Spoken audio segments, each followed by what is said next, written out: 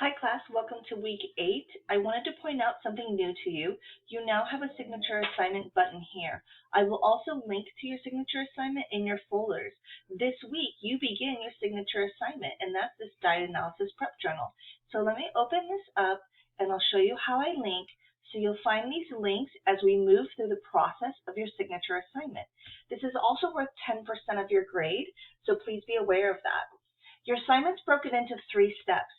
And the pre-step, which is not step 1, it's just the pre-step, is this journal that you're working on this week. So the very first thing I want you to do is I want you to read through all the information. This provides you all the information for the assignment in its totality. And so that's going to be pretty important to you to figure out how you want to do this. So let me show this to you really fast. You are going to identify a problem or area improvement in your life that you need to reflect upon and that you can apply dietary recommendations to change. For example, if you are pre-diabetic, if you found that you don't eat any fruits and vegetables, if you found that maybe your vitamins were a little deficient due to the types of foods you were eating, maybe you found you ate too much sugar. There's a lot of different areas that you can look at, but what you're going to do is you're going to identify a problem or area improvement. And this is the whole why of the project. You will then choose 2 to 3 recommendations that are scientifically shown. You will have to do research and support your assertions, and you will apply these to the problem.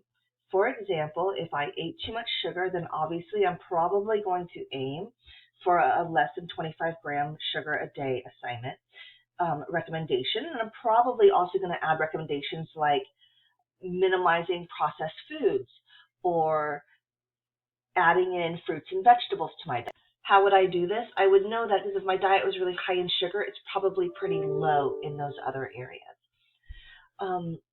So you, of course, are going to do a 7-day record in the NutriTalk program, and you will end up recording your food for 7 days. We are not quite there yet. The very first part of this is you are doing a diet analysis prep journal. This is to make sure that you are choosing the right stuff, that you are moving forward in a way that's going to get you an A on this assignment. This is kind of your check. So you will complete a journal where you are going to use this exact format. No different. I want you to write problem statement, and then I want you to tell me what the problem or the area of why you're working on it. That's where this is. What recommendations you're choosing. So you're going to list your first recommendation, and then you're going to list 2 peer-reviewed journal article sources that support this recommendation. You're going to do that for the second one, and then if you have a third one, you're going to do that for a third one. Now, for example, if you want to add water or exercise to this, you can. You absolutely have to have 3 recommendations then. Because, for example, just me drinking more water in a day is really not a ton of effort versus eating like a Mediterranean diet for a week, which is a lot of effort. So if you were doing like a plant-based diet, 2 recommendations is going to be a lot of recommendations.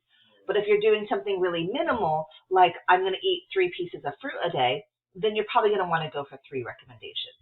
But again, this is why you're getting feedback from me. During this first round, I will not check to make sure that these are peer-reviewed. That is up to you. I've given you lots of information on what peer review is. We've studied it in Chapter 1. You need to choose journal articles that have an experiment, that they have reached conclusions as a result of this experiment. Here is information on this. And so this will come back to bite you on your first paper, which is step 1. So make sure that you are choosing journal articles and not websites and not the Mayo Clinic, any of those. Yes, those can be valuable information. No, they are not useful in this assignment. You are also going to use APA. You do not need, when you write your paper, I'll go into more detail on that, and I'll tell you exactly what part of the APA you need to use. Okay, so here you will see we have steps 1 through 3. Now, the very first part is what you're doing here. I've actually given you an example of a good student's problem statement. See how he followed directly? And he says, okay, this cardiovascular disease runs in my family. So I probably need to adjust my diet because we know things like cardiovascular disease, diabetes, even cancer history, these can all have a relationship with food. In addition, they have a genetic component to them. And so you can see here his articles are peer-reviewed, and these are good recommendations to support reducing the risk of cardiovascular disease. Okay.